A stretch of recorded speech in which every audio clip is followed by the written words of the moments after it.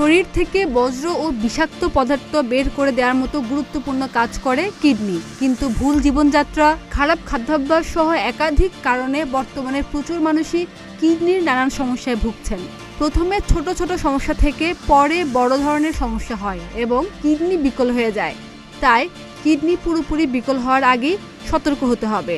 Kidney বিকল হওয়ার আগে বেশ কিছু লক্ষণ দেখা যায়। কোন কোন লক্ষণ দেখলে বুঝতে হবে কিডনি খারাপ হয়েছে, চলুন জেনে নেই। চোখ এবং মুখের চারপাশ ও পায়ে ফোলাভাব। কিডনি ক্ষতিগ্রস্ত হলে হিমোগ্লোবিনের পরিবর্তন দেখা যায়। এটি চোখ, মুখ সহ পায়ে প্রভাব ফেলে। ঘন ঘন মূত্রত্যাগ। কিডনি শরীরের বজ্র পদার্থগুলো মূত্রের মাধ্যমে বাইরে পাঠায়, তাই কিডনি খারাপ হওয়ার ক্ষেত্রে মূত্রের পরিমাণ পরিবর্তিত হয়। এই অবস্থায় মূত্রের রং, গন্ধও পরিবর্তিত হতে পারে। সেই সঙ্গে বারবার মূত্রত্যাগের উদ্রেক হতে পারে। কিডনি খারাপের আরেকটি বড় সংকেত হলো রক্তচাপ বেড়ে যাওয়া।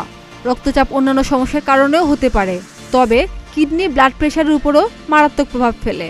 অতিরিক্ত ক্লান্তিও কিডনি ক্ষতিগ্রস্ত হওয়ার সংকেত। কিডনি ফেল হওয়ার কারণে টক্সিনগুলো রক্তে জমা হতে শুরু করে, এর ফলে ক্লান্তি আসে।